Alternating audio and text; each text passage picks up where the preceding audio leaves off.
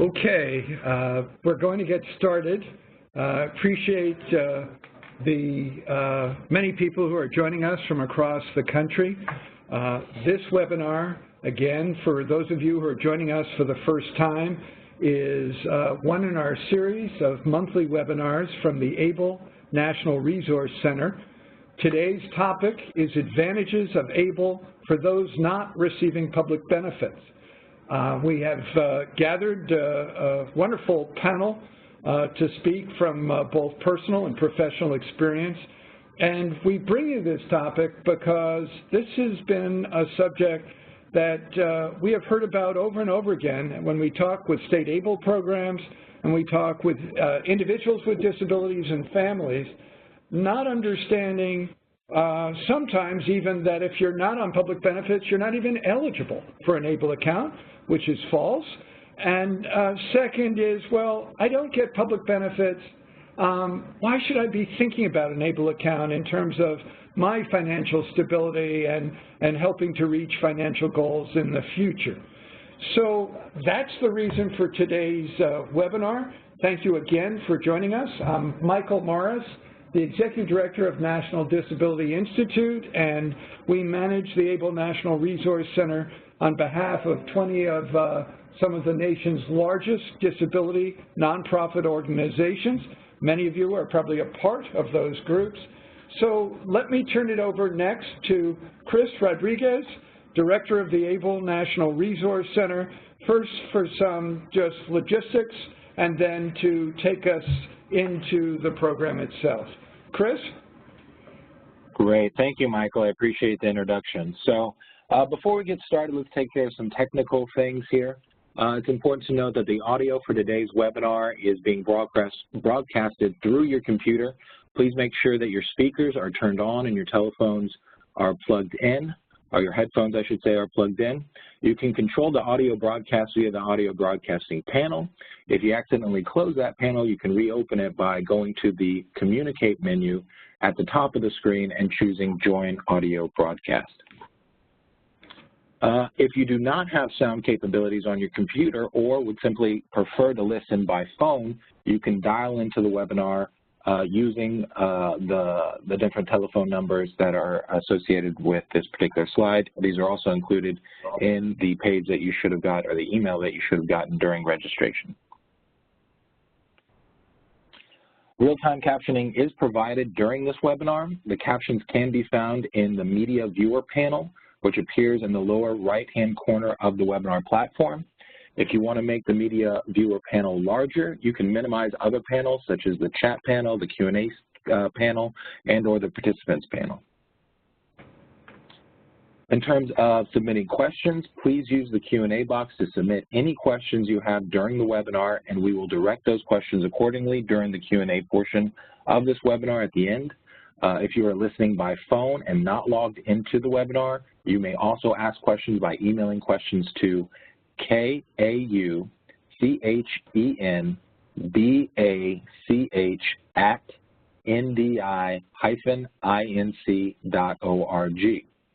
Please note that this webinar is being recorded and the materials will be placed on the ABLE National Resource Center website. We try and get that up within the week of this actual live broadcast. If you experience any technical difficulties during the webinar, please use the chat box to send messages to host NDI admin, or you can again email kauchenbach@ndi-inc.org.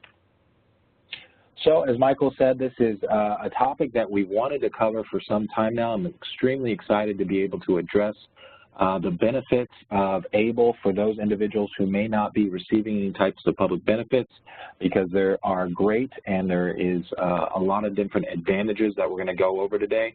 We've assembled a great group of presenters and panelists that are going to share their expertise and their experiences both with ABLE and the tax advantages that are associated with ABLE. I'm Chris Rodriguez, the director of our ABLE National Resource Center. we were welcomed by Michael Morris, the Executive Director of National Disability Institute. We also have Mr. Mark Fries, who's the Senior Vice President of the Wealth Management Advisor at Merrill Lynch and Company. We also have Christopher Wright, who's an attorney and CPA with Volgeman, Turner, and Wright. And we also have Al Elia, who's joining us today, of which is an ABLE account owner and part of our 2018 ABLE National Resource Center ABLE Advisors, who will share his experience as an ABLE account owner and tell us a little bit about his motivations for opening up his ABLE account. So in terms of what we're going to be covering today, we're going to talk a little bit about just an ABLE introduction, give you just a little bit of history for those who may not be as familiar with ABLE. We're also going to talk about some of the ABLE basic characteristics that kind of are characteristics that are going to be consistent across all ABLE programs. And then we're going to start to get into some of the benefits, specific benefits to those who may not be necessarily receiving supports and services through Medicaid or Social Security, which are really going to be specific to the tax incentives, the incredible tax benefits that come along with having these types of accounts and how they may compare to other more conventional type of long-term savings accounts, such as a retirement account or an IRA and things like that. Following that, we're going to look at some different hypothetical profiles and scenarios of individuals with disabilities that would benefit from having an ABLE account despite not receiving support and services through things like Medicaid or Social Security. And then we're going to have the great opportunity to meet Al, again, one of our ABLE advisors, who will share his experience and his motivations in terms of getting involved in the ABLE space. And then, of course, we hope to have plenty of time at the end to answer questions and have a dialogue, not only with our panelists, but certainly field some of the questions that you all are encouraged to submit during the webinar. Okay, so let's go ahead and get started. We have a lot to cover today. So let's talk just briefly about the history of ABLE and what it is. So ABLE is, its formal name is the Stephen Beck Jr. Achieving a Better Life Experience Act, and it amends the federal tax code to add what's called Section 529A. And what it does in its most basic sense is it creates a new option for eligible individuals with disabilities and their families to save significant amounts of money in what is a tax-exempt or tax-advantaged account that is meant to be used to help offset expenses related to that person's disability, while at the same time maintaining their eligibility for federally funded means-tested benefits. And we'll talk about what all those mean here in a little bit. So again, a little bit about the history. It took nearly a decade to get the ABLE Act through the legislative process, of which it was signed into law in December of 2014. And when it made its way to the President's desk, it had overwhelming bipartisan support in both the House and the Senate. And again, it authorizes states to open these ABLE accounts, but it does not obligate them to do so. So once the federal piece of legislation passed, we worked very hard with all the states to help them pass and see the benefits of having their own ABLE programs.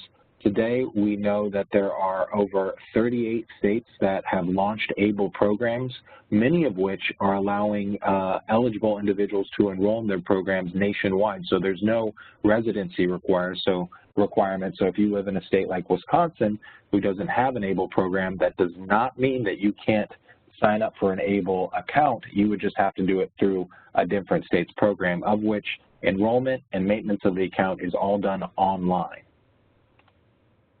So let's go over some of the ABLE basics before we get into the kind of nitty-gritty of the tax benefits and some of those. So again, these are going to be characteristics about ABLE that are going to be consistent no matter what program an individual is or is looking at enrolling in, right?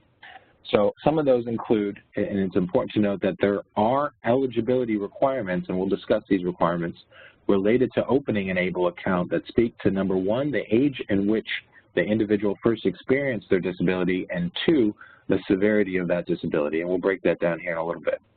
Additionally, an eligible individual is not obligated to enroll in their state of residence. We discussed that.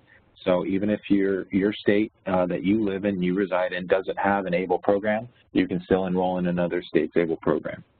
It's also important to note that the designated beneficiary or the person with a disability is the account owner. So we wanted to make sure that this is a tool to build a better financial future, but that it also allows the person with a disability as much independence over these funds as possible, and to allow this person to have a newfound level of autonomy with respect to their finances. That being said, if the person is in a circumstance wherein either they do not have the capacity to oversee the account, or if they would just choose to have would like some help, there's three types of individuals that can have what's called signature authority, or basically exercise authority over the account on behalf of the account owner or the person with a disability. And that would be a parent if the individual is a minor, a guardian if the individual is an adult, or a person who's been given power of attorney by the beneficiary. Additionally, funds in the account can be used for what's called qualified disability-related expenses. We'll talk about what those are in a little bit. And assets and distributions for qualified disability-related expenses will be disregarded or given special treatment when determining eligibility for most federal means-tested benefits, which is an incredible benefit for millions of people with disabilities out there that are receiving services through Medicaid or Social Security.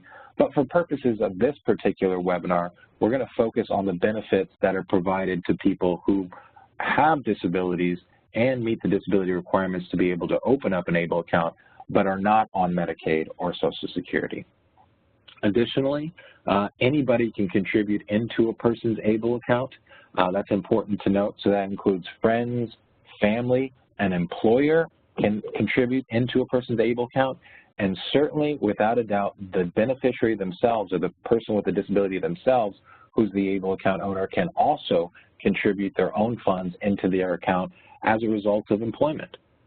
That being said, all contributions combined in any given tax year cannot exceed $15,000, right? So once you add up everybody who's contributing in the account, cannot exceed $15,000 in any given tax year. But there is one exception, and this might be important for this particular webinar, is the fact that if the beneficiary is employed and chooses to contribute some of their earnings into their ABLE account, then they can contribute above that $15,000 limit up to the federal poverty level, which is around, I think, just over $12,000.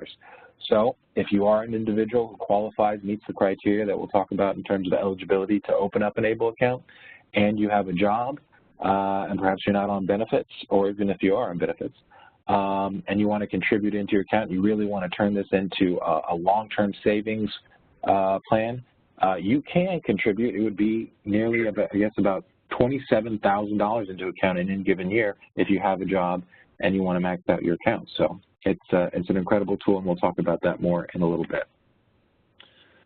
So in terms of who exactly is eligible to open up these accounts, we talked about that in the last slide, but I want to dig down just a little bit because not everybody with a disability, unfortunately, is able to open up an account.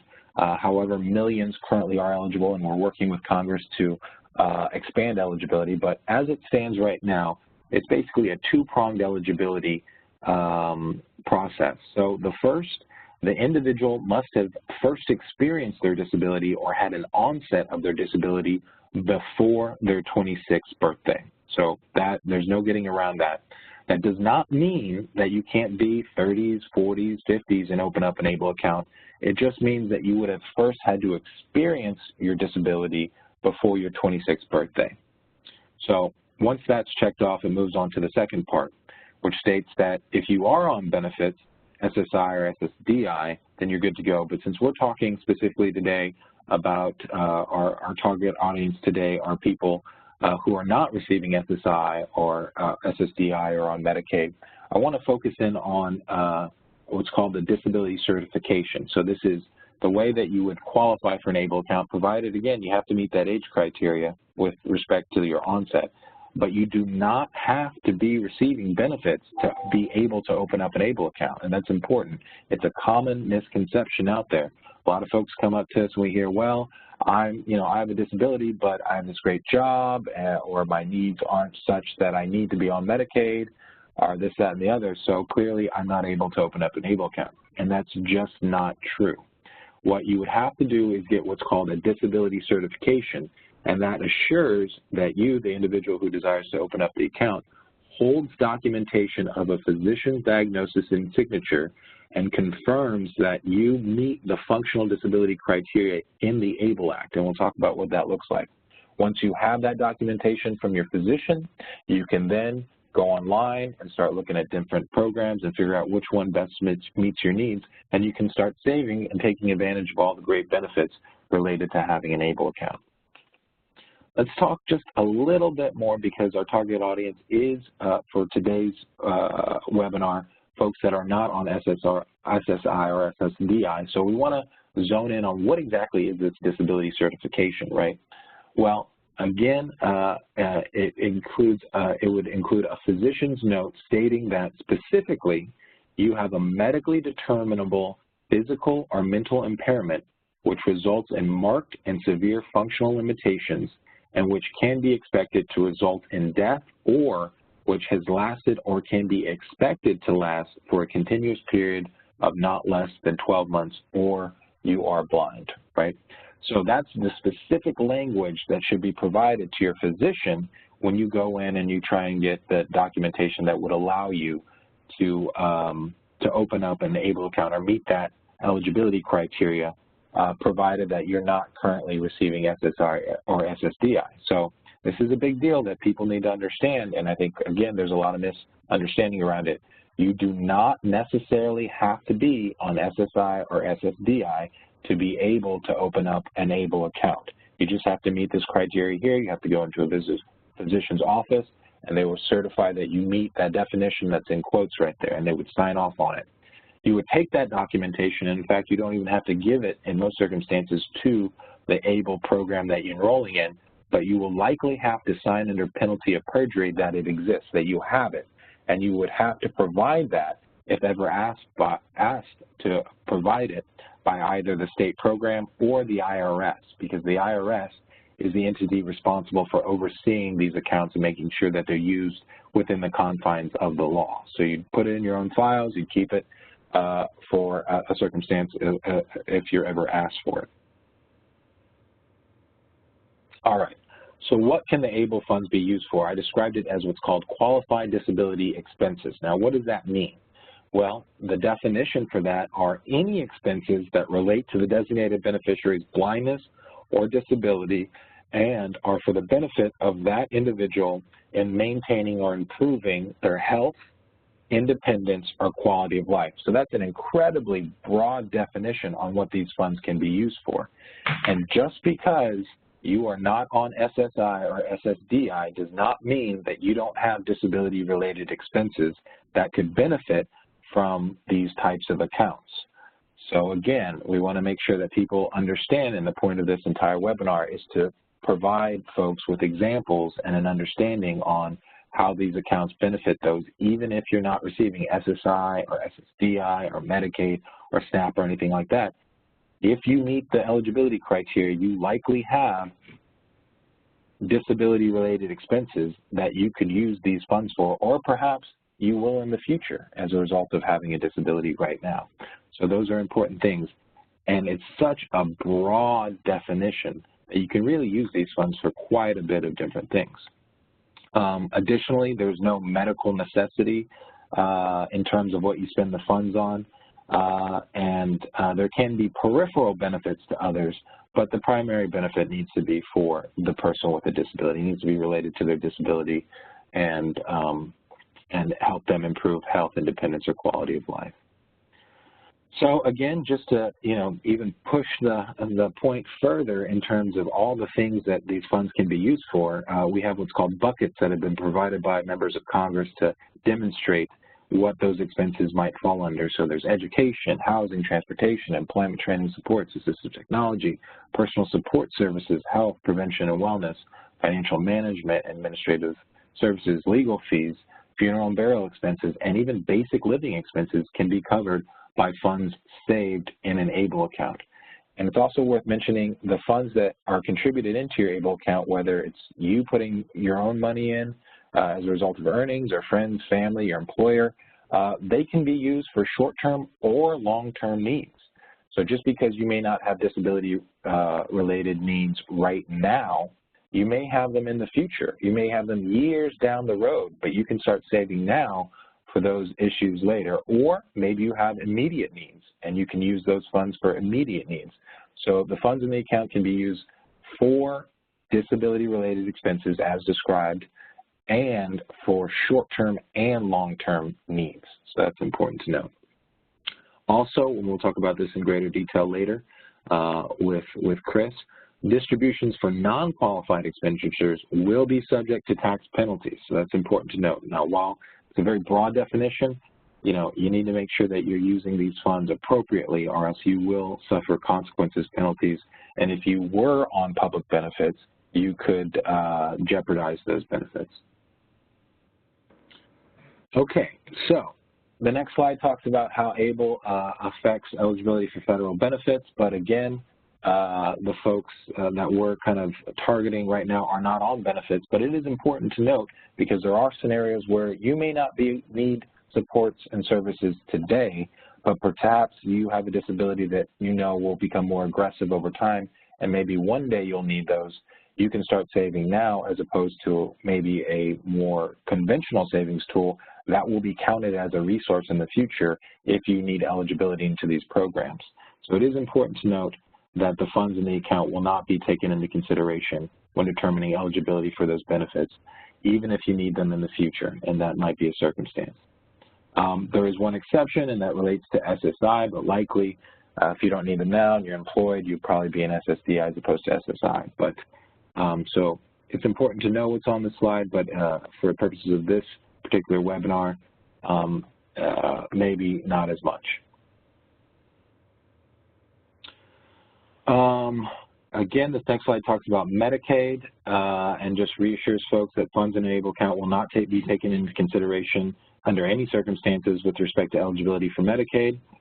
You may think, oh, I have a disability, I am eligible for ABLE, I don't have to worry about this because I'm not on Medicaid. I receive supports through my family and my friends, and my employer-based insurance covers my needs right now. But, like I said, you may need Medicaid long-term supports and services in the future before you hit retirement age. And if you're putting a lot of money into your retirement plan, your 401k or what have you, and then all of a sudden you hit a point where your disability becomes more aggressive and your needs become more significant, and all of a sudden you need those supports within that are only provided through Medicaid, but you have all this money in your retirement account, those are being counted as resources or assets. And these programs, such as Medicaid, have asset limits that are extremely modest. In most circumstances, no more than $2,000, or else you will not be eligible. But if you had those in the ABLE account, they would not be taken into consideration. But if you don't have any plans on ever being on Medicaid, then you don't have to worry about this. There's no Medicaid payback provision unless you're receiving Medicaid supports. So that's something to take into consideration. So let's talk a little bit more about specifically the tax advantages, because those are really where the big benefits lie in terms of the benefits provided through ABLE for those who are not receiving benefits. Although these slides, the tax advantages that are associated with folks that are not on benefits are the same as the tax advantages that are related to those that are. So it's important to both groups. But I want to invite Chris Wright to go over the next few slides. He's kind of our expert today in terms of looking to a deeper extent at some of these tax advantages and explaining to us what can be sometimes confusing to folks that aren't as well-versed in tax as other folks are. So Chris, go ahead and take it away. Thanks for that introduction, Chris. My name is Chris Wright, and thank you for allowing me to speak with you today. There's two things I want to, before I start, that I want to touch on for slides that you've already seen that I thought is worth reinforcing. And the first one is when Chris Rodriguez talked about having someone under a power of attorney to be able to control these accounts. Go back, if you don't have a power of attorney, you need one. And if you do have one, please go back and read it and see if it specifically provides an authority to make contributions to ABLE accounts.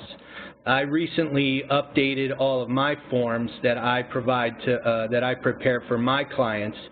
And the reason is that most of the time these contributions are going to be seen as gifts. And sometimes state laws are very restrictive regarding making gifts under a power of attorney. So you want to make sure that that document is up to date. The second thing I want to mention is the annual contribution limit, where Chris talked about the $15,000 that you can contribute annually, and then he added to that plus compensation of the designated beneficiary up to the limit of the poverty amount. So that's a new provision in the tax code, and it's a provision that expires in the year 2025. So there are a lot of individual tax provisions that do expire in the year 2025 as part of this recent tax reform package. So I'm probably one of the few people that keeps 2025 in the back of my mind almost daily. But that'll be something that people will want to take a look at and be prepared to, if you like that provision, be prepared to lobby on your own behalf for that when the year comes. So with that, those are the two things I thought were worth reiterating. The ABLE accounts are in the tax code, it defines it as a qualified ABLE program, and it's exempt from tax. And what does that mean? It means that the income earned in the account is going to accumulate tax-free. So if you set up an ABLE account and the money is invested in the investments that are vehicles that are offered by the state program, you'll earn interest, dividends, capital gains. Those earnings are not going to be taxed year after year. And then distributions, when money is distributed out of the account, those earnings are not going to be taxed so long as the distributions do not exceed qualified disability expenses of the designated beneficiary, and those are the expenses that were on the previous slide. The second point, and is that no federal tax deduction is allowed. So you can't take a deduction on your federal income tax return for the amounts that you contribute to these accounts, but there are some states, quite a few, that do provide a tax benefit. And in fact, these accounts, as far as the way they're treated from a tax perspective, they work a lot like the 529 education accounts that many people are already familiar with. And I'll show a few examples in a minute. So what is a qualified program? And this is maybe a bit repetitive, but this is what the tax code says. So it's a program established by the state. There's one designated beneficiary per account. Contributions can only be in cash. So that doesn't mean actual dollars. It can be a check or a money order or something like that. But you would not be able to transfer stock into this account. With the exception of rollovers, which I'll discuss in a minute. Aggregate annual contributions, including 529 rollovers, cannot exceed the annual gift tax exclusion, which is currently at $15,000 a year. That's where the $15,000 comes from. It comes from the annual gift tax exclusion. And this number is indexed for inflation. It doesn't increase very often, but for example, recently it went from $14,000 to $15,000. So over time, you'll see that $15,000 may increase. going back to the 529 rollovers, that is also part of the new tax reform legislation. If you have a 529 education account, you can roll over part of that 529 into an ABLE account. Now, the rollover is only going to be up to the $15,000 per year limit. So if, for example, you had $45,000 in a current 529, you could roll over $15,000 a year into an ABLE account. The other issue that might arise is the gift tax. But this probably would only come into a situation if you fully funded a person's ABLE account contribution for the year and then also made additional gifts to that person. So, for example, let's say you contributed the full $15,000 to an ABLE account, and then in addition to that, you gave another $15,000 to that person as a gift. So in that case, you might have to file a gift tax return. The other part of a qualified program means you have limited ability to direct the investments. So you're able to direct investment changes up to 2 times per year. So in other words, let's say you have an ABLE account and have it invested with your state program, and you decided that you were concerned with the way the wind was blowing with the market, and you decided to reorganize your investments under the state program. You could do that twice per year. The other limitation is that the ABLE account cannot be used as security for a loan.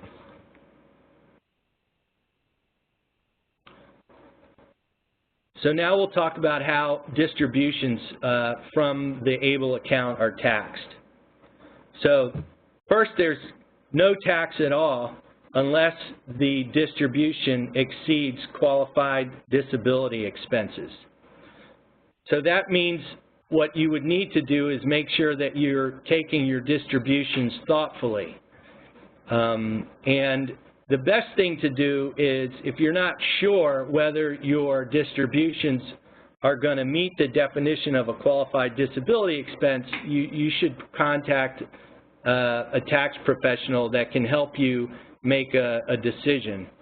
Right now, the list of qualified disability expenses, it's pretty broad, and that list comes directly from the tax code.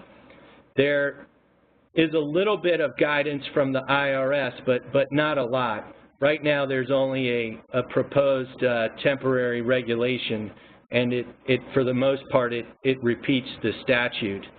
But even that said, those qualified disability expenses are very broad, and usually when Congress writes code and it's very broad, they do that on purpose, and it's unlikely that the IRS would come and try to narrow that definition.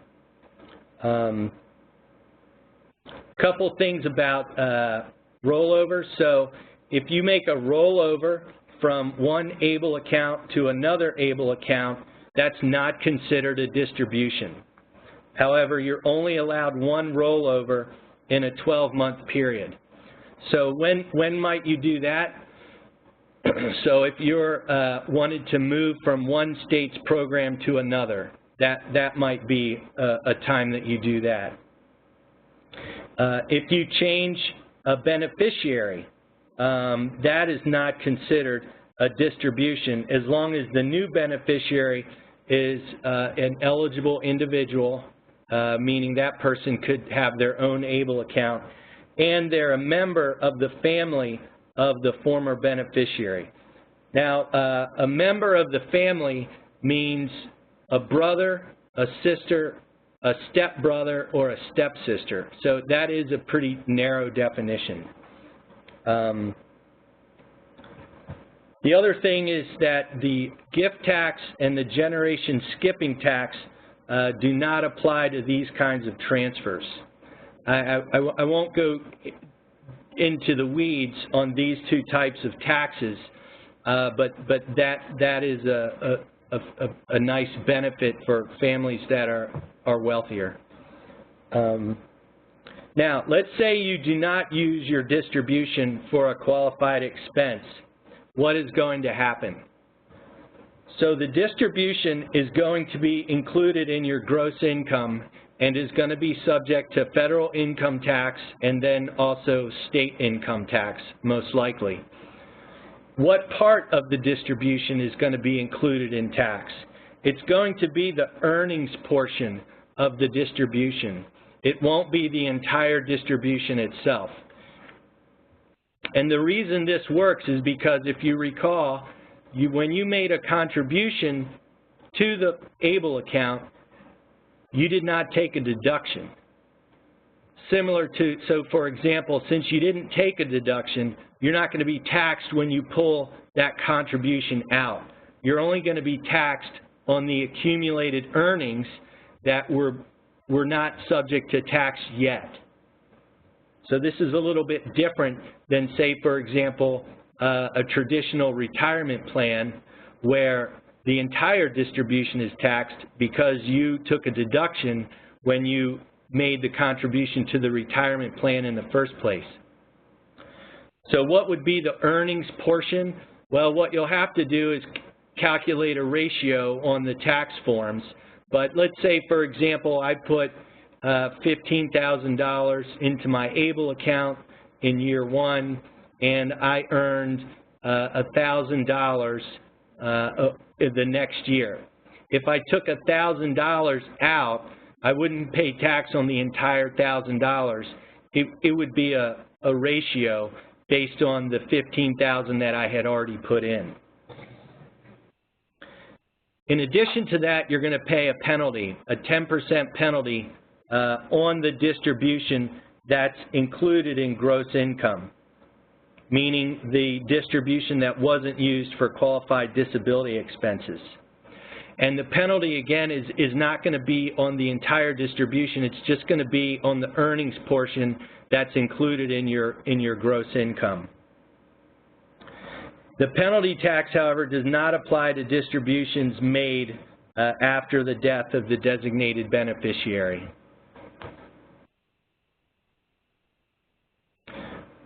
So now we'll go over some of the state tax benefits. And really, each state really is different. Just in the local area where I practice here in Virginia, so Virginia allows a $2,000 deduction and you can carry forward unused amounts. But if the contributor is age 70 or older, then the entire contribution can be deducted. So if, in the most cases, that might be like a grandparent. So if a grandparent funds the beneficiary's account for the full amount for the year, then the grandparent could, for example, have a $15,000 deduction on their Virginia state income tax return. Otherwise, if you're not 70 and you would be limited to $2,000 a year, but you can take the unused deduction and roll it forward to the next year. So if I contribute $10,000 in one year, I take a $2,000 deduction in year two, and I carry forward $8,000 to the next year. Maryland allows a deduction of $2,500 and $5,000 if you're married and filing a joint return. And again, they also allow you to carry forward unused amounts. And last I saw, DC does not allow a deduction. But of all the states, most of the time, this information is readily available on the internet to find out if your state provides a deduction.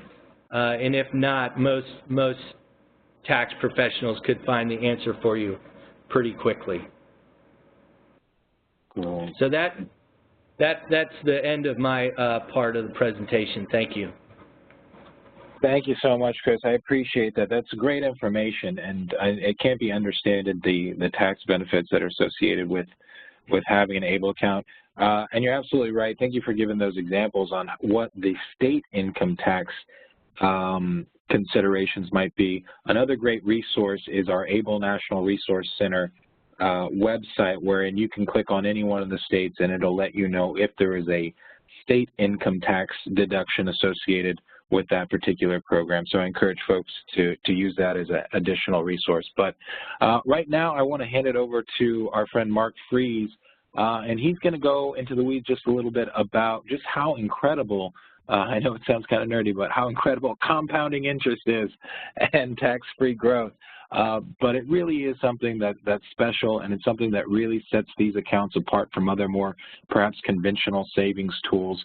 But we wanted to bring in a professional that knows this stuff in and out and understands ABLE really well to try and illustrate just exactly how incredible these benefits are. So with that, Mark, go ahead and take it away.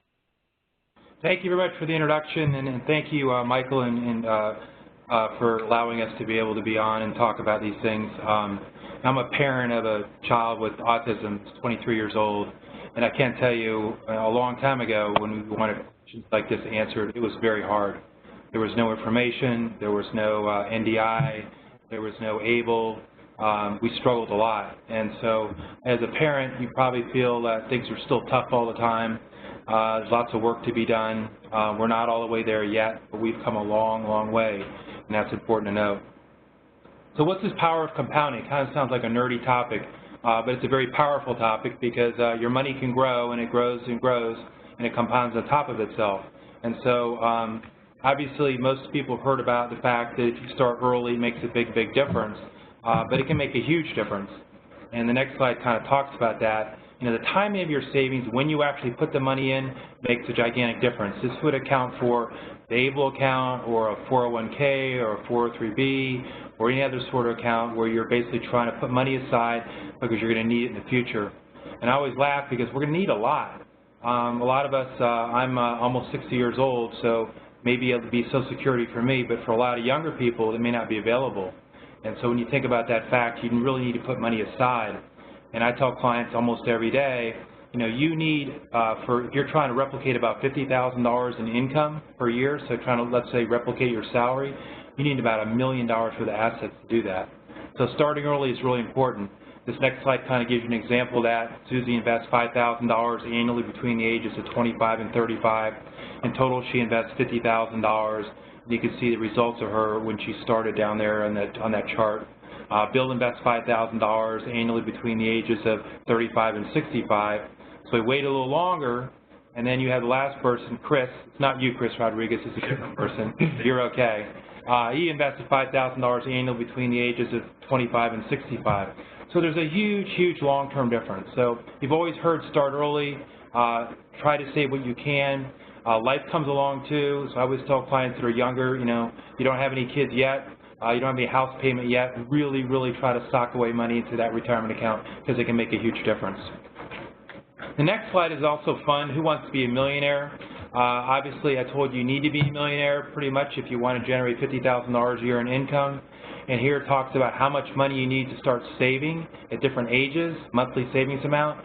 So if you're 20 years old and you want to be able to get $1 million, you need to save about $361 per month. You can see if you're 25-year-old, has to save more, 30-year-old even more, and if you wait, as a lot of people do unfortunately, to their 40s and 50s, the number becomes really large. It becomes like a mortgage payment. And so the earlier you start, the better off you are, and this is assuming a 6% rate of return. So start young, you know, make sure it works, and that will make a big difference in your long-term life. The next slide kind of talks about the different types of retirement accounts.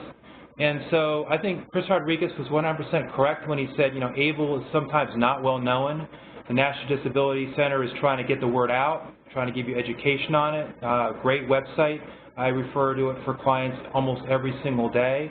If you're trying to figure out what to do, there's a lot of great information there.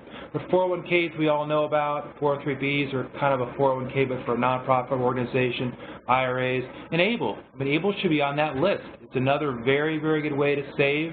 It's a way that's actually tax deferred, as Chris talked about, and it's also tax-free when the money comes out. So a 401k, a 403b, and an IRA, yeah, they're tax-deferred, but once you take that money, once you reach the end of that goal and you start drawing the money out for retirement purposes, it's taxed as regular earned income, where ABLE is not. So there's a huge, huge advantage in that, and people should be aware of that when they're thinking about ABLE. I'll give you a fact pattern. You have an 18-year-old, has $15,000 per year, starts to draw against the account at age 59 and a half.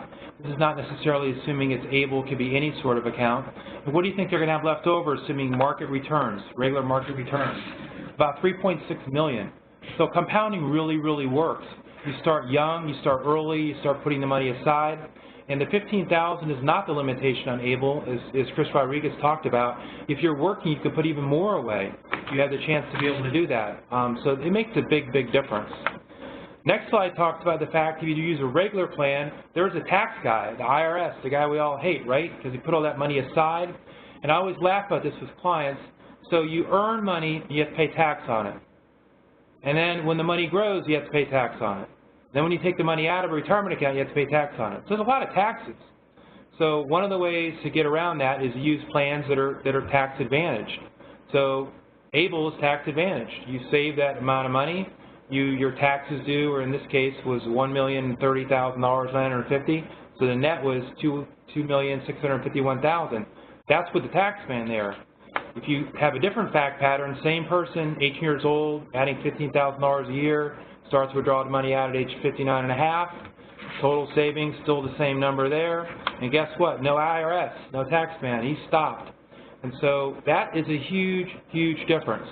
And when you're thinking about these plans, I think about it holistically. So if you're somebody with a disability, you might have a 401k, you might have an ABLE account, you might have a regular savings account, you might have multiple accounts to do all these things. And so when you're looking at where to fund those, obviously the first place you want to go is a place that has the biggest tax advantage. And that's ABLE. ABLE has a very good tax advantage. It's very similar to the Roth program, where the money grows tax deferred and then it comes out tax free. So huge advantage in that area. And as Chris Rodriguez also talked about, life changes. ABLE assets are not considered an available asset. The money is growing tax free. The gains aren't taxed, so when you earn something on the money, that's not taxed at all. If you are receiving, medical benefits, Social Security benefits, that's still intact. And it's flexible. I was really, really pleased with the language. Our group actually testified in front of the U.S. Senate to help get this law to pass. And the beauty of that is that you can use it for housing. The language was very, very broad, which is very helpful for families. Because obviously, if you know the facts, which are scary, family with special needs spends somewhere between $30,000 to $60,000 extra every year. $30,000 to $60,000. So if you're a special needs family, you're kind of listening to this and you feel poor, there's a reason for that. It's hard. We have a lot more expenses. We have therapy expenses. We have doctor expenses. In many cases, we're going to special needs schools. There could be physical things we have to do for our child, equipment and things like that. All that kind of fits into that. And the resource available for us, and I always offer this all the time, we have a workbook. One of the biggest questions clients ask every day is, how much should I be saving? Or it could be the person with a disability, how much do I need to save? We also have a complimentary free online calculator to figure out what would it cost in your situation. And then I always call myself the Rolodex. I guess I'm old, think about a Rolodex, the cards. If you need help, NDI is a perfect example of one of the groups that I work with all the time. Lots of different people for your circle of support. Who do you need? You're having a problem with your IEP through school, your kid's not getting the right help. There are people that can help with that. You're trying to figure out, what about legal stuff I need to be doing, like a special needs trust. There are specific lawyers that are trained in that area. You want to make sure they understand that and have a lot of experience with that. People like Chris Wright could do taxes for you. Taxes for special needs families are more complicated. There's more stuff you need to know. There's a lot of deductions that a standard CPA is not going to know about. You need to be able to take a look at. So those are all some of the resources, and there's my contact information if you need help. All right. I appreciate that, Mark. It's always so great to have you on these webinars to get your perspective, not only based on your, your expertise with what you do professionally, but certainly that combined with your experience as a father of an individual, as an adult with autism. So it's always great to have you on and listen to what you have to say, and I'm excited to see how you laid everything out to really, more abruptly show these great benefits that I know it's so difficult to explain to folks or to get folks excited about. I'm a relatively young person, and it's taken me, and I don't come from a finance background, so it's taken me some time to really wrap my head around all these benefits. But once I have, boy, is it something that's really, really special, and we're trying our best at the ABLE National Resource Center and NDI to try and show people how great this tool is, even if they're not receiving benefits, what great, advantages there are to these ABLE accounts with respect to building a better financial future, whether or not you're on benefits or not. So I really appreciate your insight, and I'm excited to have you on the panel and to field some questions here later on. So just to kind of talk a little bit about summarizing these advantages to non-benefits ABLE account owners, but it's also important to note that the same tax benefits that are provided to non-benefits receiving ABLE account owners are the same ones that are provided to those who are on benefits as well, like Medicaid and Social Security. But just to summarize some of them, there is no requirement, again, there is no requirement that you must be on benefits to open up an ABLE account. We talked about that at the beginning, and I hope everybody understands that certification process. And if you don't, please get a hold of us and we can walk you through it and give you more information so that you understand that. But we want to stomp out that misconception that if I'm not on Medicaid, if I'm not on SSI, then I'm not eligible to open up an ABLE account, or that there's no benefits for me. That's just not true. In addition, you may not have access to conventional savings tools, and we'll provide an example here in a bit that talks about an individual, a hypothetical individual that, is not on benefits, is working, but doesn't have access to a 401k, and how they can use ABLE to act as that long-term savings retirement account. Additionally, as we talked about, tax benefits associated with ABLE might actually outweigh the tax benefits that are provided through more conventional savings tools such as a 401k, an IRA, or a 403b that we discussed previously. So that's incredible. As I said, those are tax-advantaged savings accounts, but they get taxed eventually, whereas ABLE, it grows, it's tax-deferred and dispensed tax-free. So that's a huge deal that I hope people understand and can appreciate. Lastly, and this is a big one, and this is, I don't mean to rain on people or make people feel poorly, but as a person who has a brother with disabilities, you really have to look at the future from a realistic standpoint. And just because an individual's disability is not affecting them at their current position in a way that necessitates supports and services provided through a program such as Medicaid, unfortunately does not mean that you won't need those supports down the road.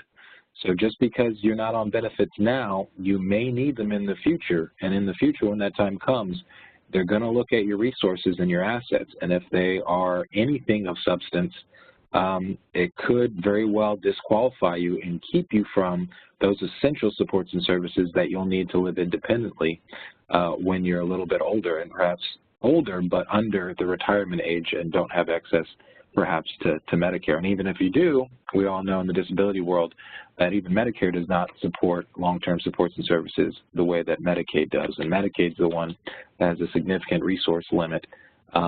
So that's something to think about, and it's important to be realistic about our future.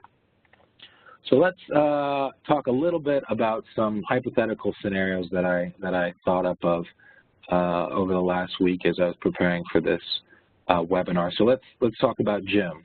Jim is an artist that was involved, unfortunately, in a car accident when he was, there's a typo there, but should say when he was 25, which resulted in paralysis from the waist down. So presumably, again, it's supposed to be 25 there, so Jim got into his car accident before age 26, so obviously had an onset of his paralysis before his 26th birthday, so we checked that one off. And I would think that being paralyzed from the waist down would qualify Jim with respect to that definition that we discussed earlier, but he would have to have a physician sign off on that, presuming that he's not on benefits right now. So we're going to say that he meets the eligibility criteria to open up the ABLE account despite the fact that he's not on benefits right now. So a few years later, at age 30, Jim started his own business selling his artwork. He makes well over the allowable income to qualify him for public benefits, including Medicaid, and his disability-related expenses, or needs, I should say, are currently being met with help from friends and family. So he doesn't, at this time in his life, number one, he's making too much money to qualify for Medicaid, and two, while he has significant needs related to his disability, he doesn't need those more involved supports provided through Medicaid because he's getting help from friends and family. But at the same time, Jim, as a small business owner and an entrepreneur working for himself, he does not have access to an employer-based retirement fund, such as a 401k or a 403b, so that he can save for his retirement, so that he can save for his future. So as an alternative, Jim opens an ABLE account to act as a retirement fund and realizes that the tax benefits of the ABLE account actually outweigh the benefits that would have been provided through a typical 401k, and that the funds are far more accessible in terms of he can, for his disability-related needs, if he should have them, of which I assume he will, he can take that money out without being penalized at any age, whereas if he needed the funds perhaps in his more conventional retirement fund, he might be penalized if he needed those before retirement age. And even if he took them after retirement age, they would still be taxed as he takes them out. So they're far more, the dollars in the ABLE account are far more accessible if he should need them for his disability-related expenses prior to his retirement age. So, so Jim, you know, kind of is realizing the benefits. Unfortunately, fortunately, his artwork has been a means of financial means for him, but he's not working for an employer that offers a retirement fund, but he can, you know, use his ABLE account and finds that his ABLE account, in fact, perhaps is a better option than if he did have access to a more conventional retirement account like a 401k or a 403b. So that's pretty neat. Good for Jim. Let's talk about Betty. So Betty was diagnosed with early age Parkinson's disease at age 25. And this doesn't happen often, but I did look it up. This is, unfortunately, some people are in this circumstance. So she would meet the eligibility criteria related to the age. Betty's symptoms were mild, not needing supports provided through Medicaid at that point, and allowed her to continue her job as a computer software engineer for a company that offered a 401k. As a result, she felt that she had no need to open up an ABLE account, right?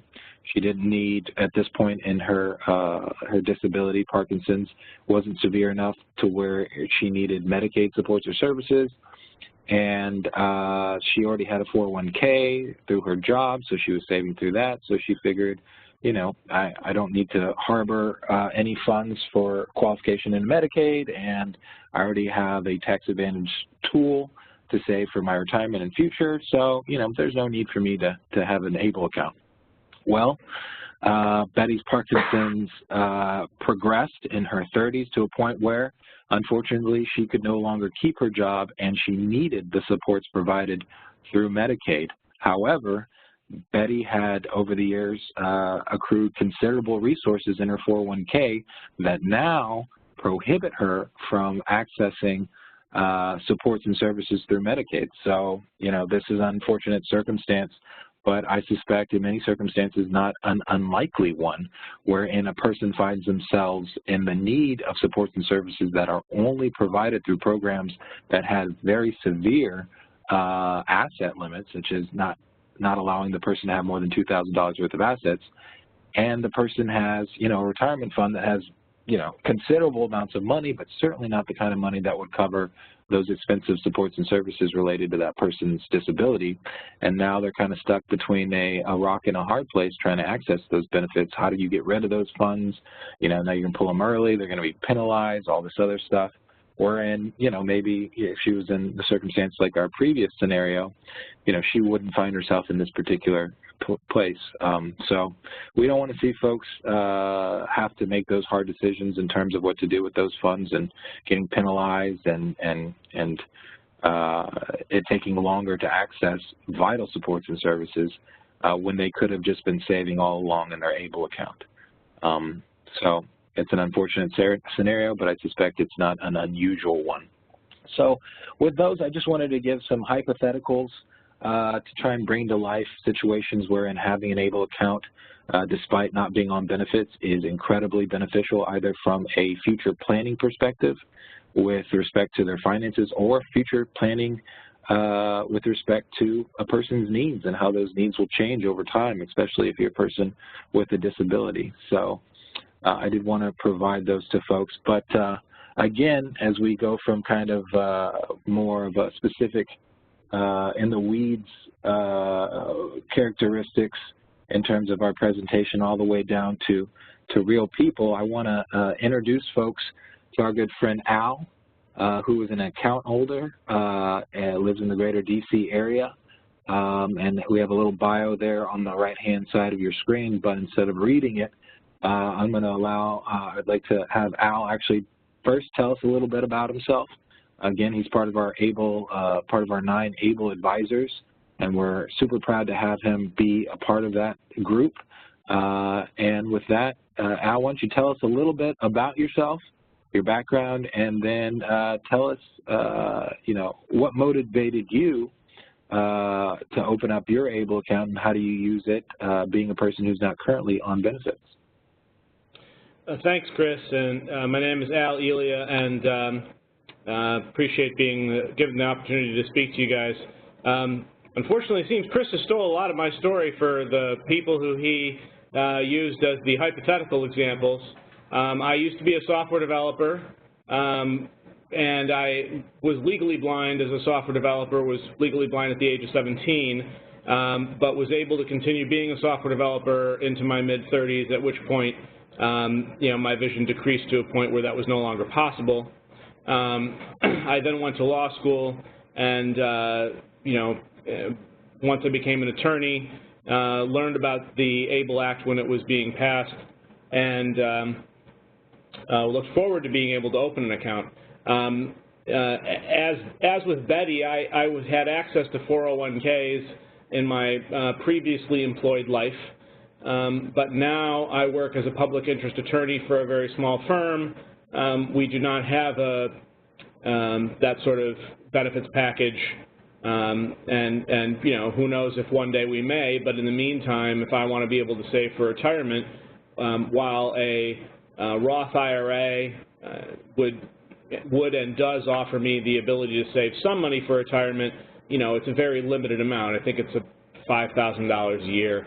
I'm looking at the other Chris, who will correct me if I'm wrong. But it's somewhere in the realm of $5,000 to $6,000 a year, as opposed to the 15 or since I'm earning income, potentially up to $27,000 a year that I can save with the ABLE account. So I opened an ABLE account in 2017. I had been waiting for a couple of more states to open up. I think at this point most states have ABLE programs. Again, in terms of making the decision with what Chris was referring to, CPA Chris was referring to, with the fact that DC does not offer any kind of tax benefit. So I decided to open up an ABLE account in my old home state of Massachusetts. Frankly, because I travel back there enough that it was much easier to open an account. I could literally walk into a Fidelity office to open an ABLE account, Fidelity being the ABLE program management company for Massachusetts, with almost no paperwork other than me walking in with my service dog and a pair of sunglasses, versus what I would have had to go through opening it up in DC, which was much more onerous. Those are some things that also you may want to look into if you're considering opening an account. But basically, I am using my ABLE account just the way that Jim was in the hypothetical situation where I don't have access to, fancy retirement program through my employer. So I am using the ABLE account as a means of saving for my retirement, with the added benefit that in the event I, have a need to pay a disability-related expense, in the next 20 years, I'm almost 45, I will not be penalized for pulling that money out early. And that's basically my story. Al, thank you. I think you give from hypothetical to a real story of a person who, again, you've taken advantage in the past of different retirement vehicles that are in the tax code, but for multiple reasons you gave, opening an ABLE account offered you benefits that were not available from other tax type of tax-available retirement accounts. And I think one of the examples you gave is why do this is, and again, Chris, the CPA, can correct me, but I don't know of any, retirement account that's in our tax code that allows you without penalty to withdraw funds early, as compared to an ABLE account. You can withdraw funds every day if that was your need, but in your case, Al, because you're thinking long-term, which is great, 20 years plus to retirement, you can really, with the examples Mark gave, compound the money staying at the course, and when you need it someday, when you choose to stop working, you're going to have a nice nest egg where when that money comes out, as was mentioned here, there's no tax bite. There's going to be no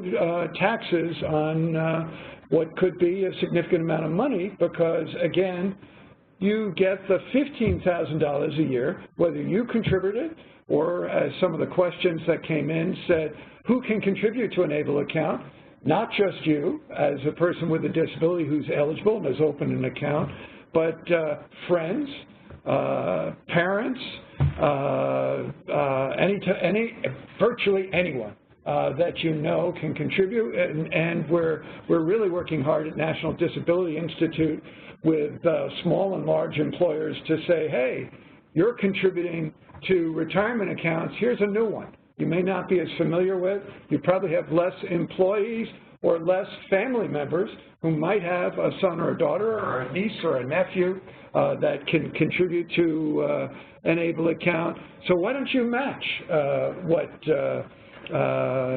you might help your employee with a disability or your employee without a disability who's a contributor to an ABLE account. And we're beginning to see some take-up of that, which is fantastic. So let me go to the questions. We got quite a few, and we've got some time to try to take on as many as we can. So the first question is, there's a $15K limit right now. Want people to know it could go up because it's indexed to inflation. Last year it was $14,000. This year it's $15,000. I hope it will continue to go up, and inflation is going to probably continue to rise the annual limit. And again, that's contributions from anyone you know who wants to help you in your ABLE account can contribute, but the aggregate is limited to $15,000. The question is, can you roll over from a 529 an amount in excess of that? I wish it was true, but what's the answer? The answer is no. The answer is no. Unfortunately, many people were very, very pleased when in tax reform bill that was signed into law at the end of last year did introduce this notion that you can roll over from a 529 college savings plan into an ABLE account. That's the good news. The bad news was not for the total amount of money you have, just you got to go in increments of $15,000 a year, okay? Can you convert a 529 account to an ABLE account? So slightly different question.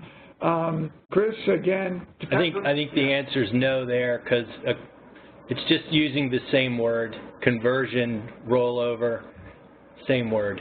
Yeah.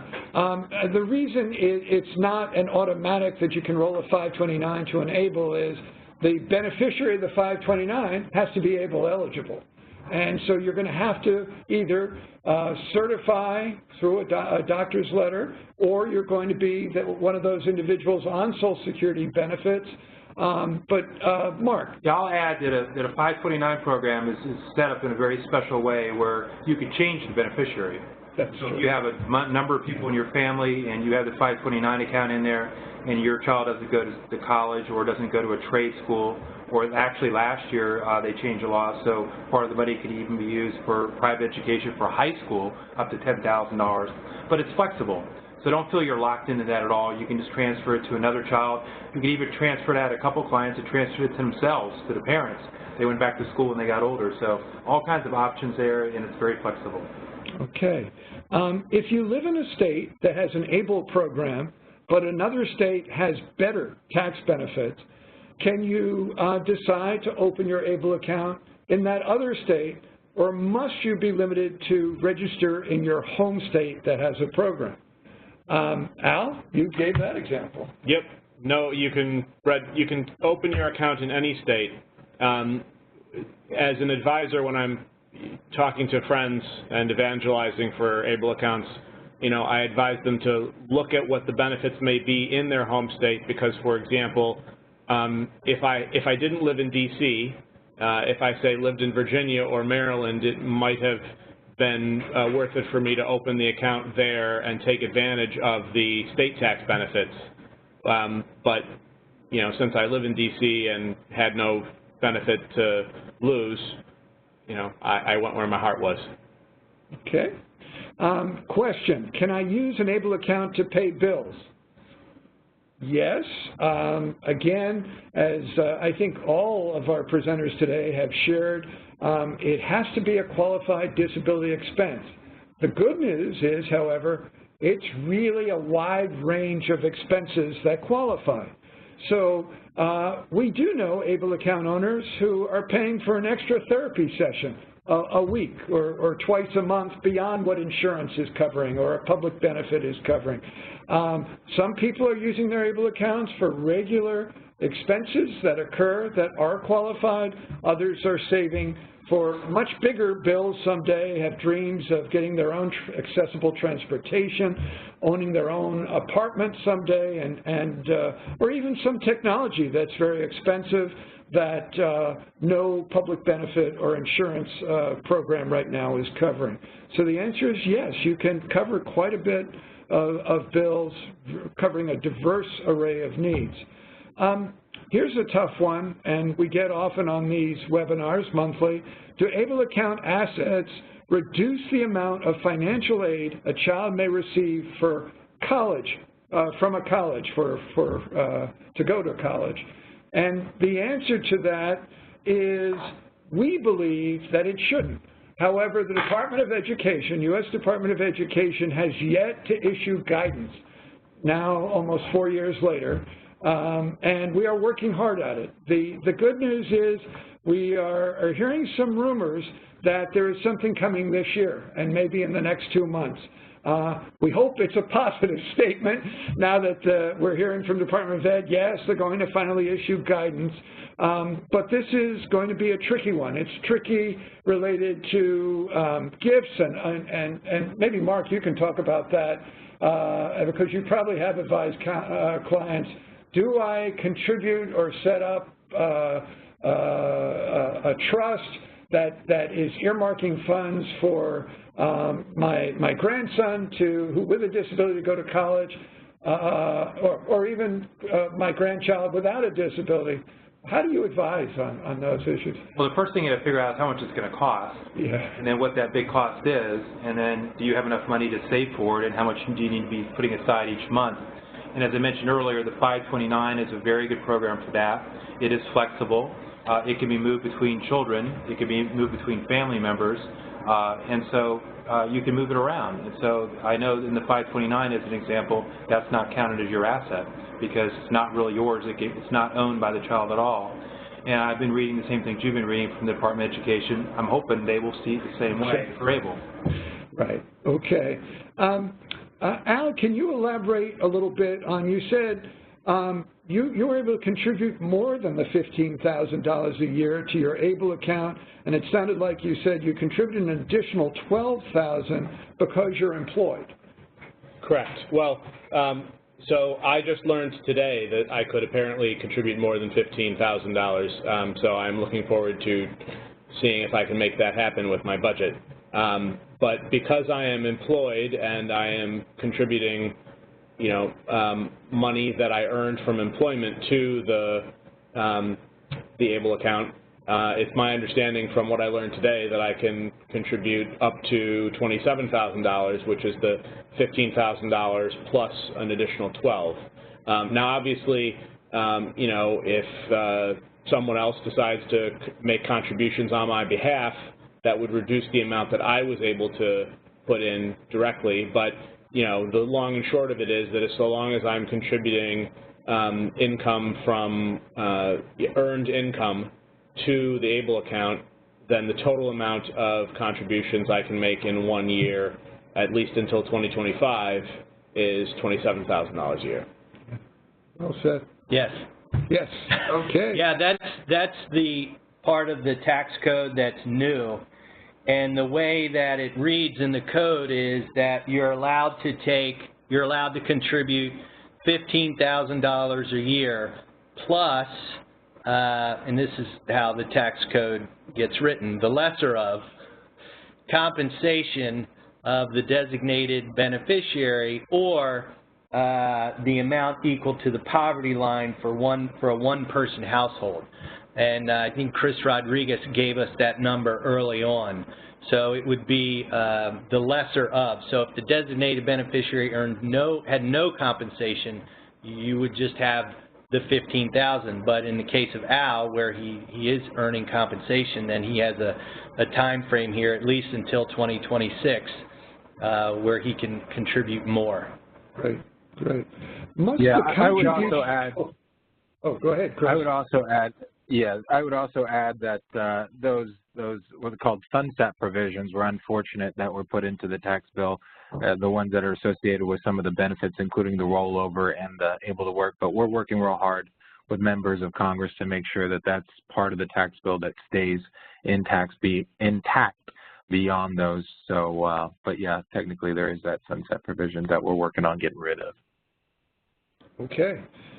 Next question. Must the contribution from an individual come from their earned income that year, or can it be from their savings? There's nothing in the code that says where the contribution has to come from. It just says that the contribution is limited to a certain amount. Great. Now we have a couple of questions about eligibility. Can the disability certification be provided by a doctor who's a PhD rather than a medical degree? And will that diagnosis and certification be allowable to qualify for an ABLE account? Right. And the answer to that is, go ahead, Chris. Go ahead. Yeah, it has to be, there's a definition within the statute that stipulates that it has to be an MD or DO, I believe. So a PhD in and of itself would not qualify in terms of who needs to write that disability certification. I have a similar question is, can a nurse practitioner certify the diagnosis, or must it be a doctor? Same answer, has to be a licensed MD. And one other question about eligibility, what if a child has a assessment of having a learning disability under the Individuals with Disabilities Education Act? Would that be enough for them to qualify for an ABLE account? And I would have to, my answer to that would be, it depends. Simply because you have a learning disability and you qualify under IDEA would not be enough alone. Yes, Mark. I always comment with parents is save all your records. Every family member that has a special needs kid in their family, they go to all kinds of doctor's appointments, IEPs for your child. you're saving all the records, put them in a big folder, and that's how you're going to make your case. The same way you're going to make your case for getting Social Security benefits. You got to show that you had a progressive situation, it was not fixable, it was lasting longer than 12 months, and if you're like most families like me, it's a big folder. There's lots of stuff in there. Right. Okay. Here's a good question. Can a person contribute to both an IRA and an ABLE account at the same time or due to their own personal preference? If there are limits, are there separate limits or combined limits? And can a person contribute to both a 529 college savings plan and an ABLE account? So there's three different questions. Let's take it one at a time. Yeah.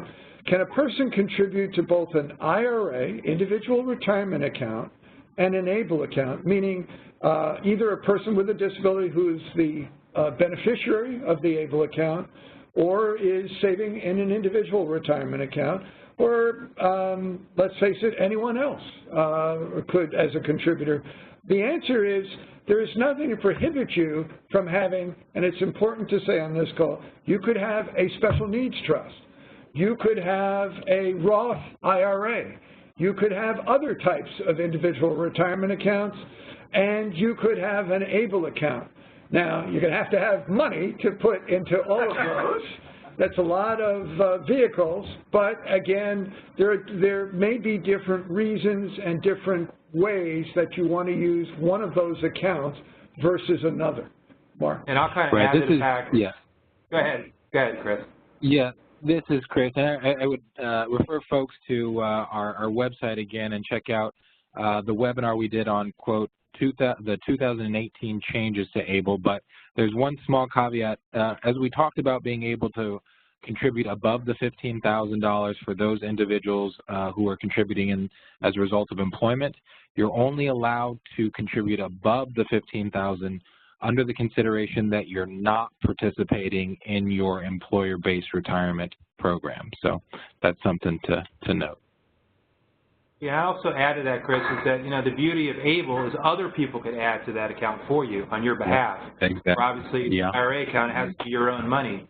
So Al was talking about how much money you have left over in the budget. Well, maybe you could talk to your parents or grandparents, or I always call finding gold for special needs families. I do a whole seminar on that subject. Where else do you look? Where else do you find money? And in most cases, if you have a special needs child or a special needs adult, the family around there wants to support them, and ABLE is a great program to do that with. Okay, got a bunch more. Let's see if we can get them in. If you're at one time receiving SSI, but are no longer, is a separate disability certification needed?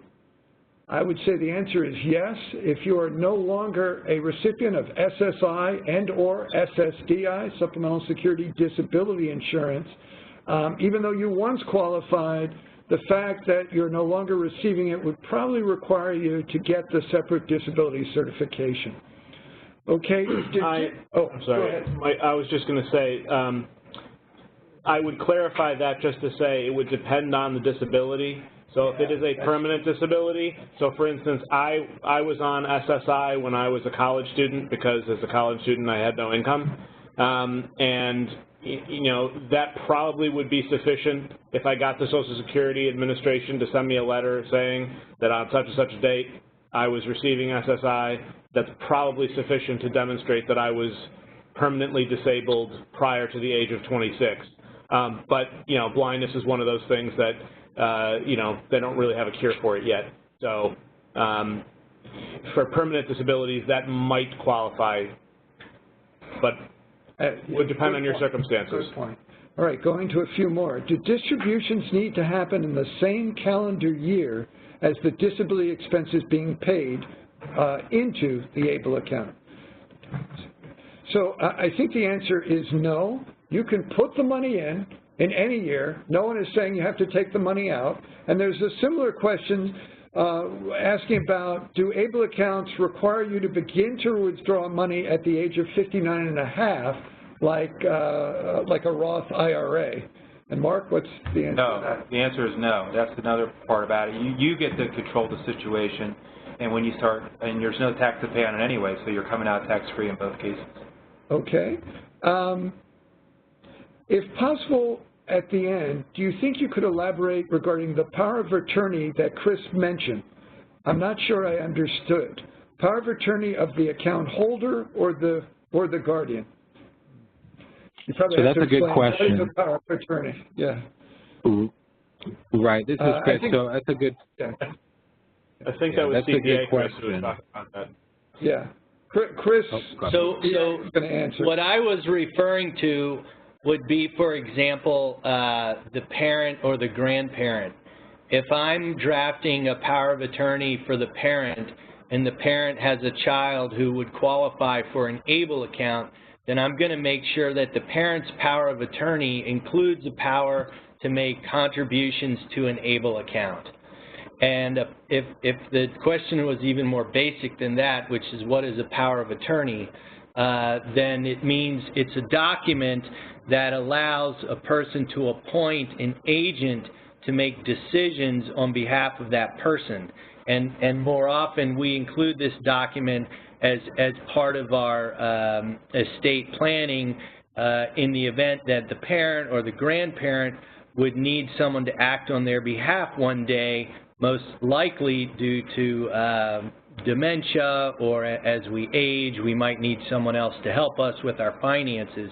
This allows that person to appoint someone through a document called a power of attorney that will allow the agent to make decisions regarding their property. So as part of that decision-making authority, I would include the power to make contributions to an ABLE account. And Chris, is that making contributions as well as to make distributions on the person's behalf? Yeah, I would say so. I think probably who's authorized to actually take a distribution? If you had a power of attorney or you had a guardian or you're a child and the parent, a child of minority age, all of those individuals, separate than the beneficiary, can withdraw funds. Yeah, so I would just add to that the legal documents for families with special needs are really, really important. And I give people a hard time about it every day. It's more important than everybody else because there's a lot more, as you're hearing in this conversation, a lot more intricacies to it all. And over 70% of America, I think 60 to 70%, doesn't have a will. And if you have a family with a special needs member, you need to get a will, you need to get powers of attorney, medical care directives, all the things that Chris is talking about. Quick this is Chris. Yeah, this is Chris. Just real quickly on that. In terms of who can have the signature authority, I believe this is correct. The beneficiary would have to give power of attorney to somebody to have signature authority. I don't believe that their guardian can provide somebody power of attorney to oversee the account owner's account and be the beneficiary. So does that make sense? But we are working to do that through guidelines. Yes, I think that's an area that needs further clarification and maybe in the gray area right now. Yeah. Okay. Quickly, I live in Texas. Can I set up an ABLE account, or do I have to seek, do I have to go somewhere else? I believe Texas is opened and ready for business. And then the question is asked, I'm in Houston, how do I have an agent? And if you go to the ABLE National Resource Center website, look on the map and touch Texas, it will give you all the information, phone number, email to contact, how do you open if you're a resident in Texas or a resident from another state. And then finally, a clarification was asked for that ABLE criteria states that you have to be eligible to receive SSI or SSDI, but you don't need to be receiving the benefits. And that's an important clarification, and that's really some of the reason why you can be certified by a licensed physician. But I also like Al's point. There are people with permanent disabilities who may at one time have been on SSI, and they also may be able to get documentation from Social Security Administration or have a very easy time of getting a letter of certification as well. I think we're just about out of time. I want to thank everyone here on the panel, Chris and Mark and Al. Chris Rodriguez for the front part of the presentation. I think we've covered a lot of ground. We had several hundred people on lines from across the country. That usually means closer to, we usually double, because sometimes people are listening in a room, sometimes classrooms, sometimes a whole family are listening. So good attendance. I do urge you to, with more questions, send them in. Go to the ablenrc.org website.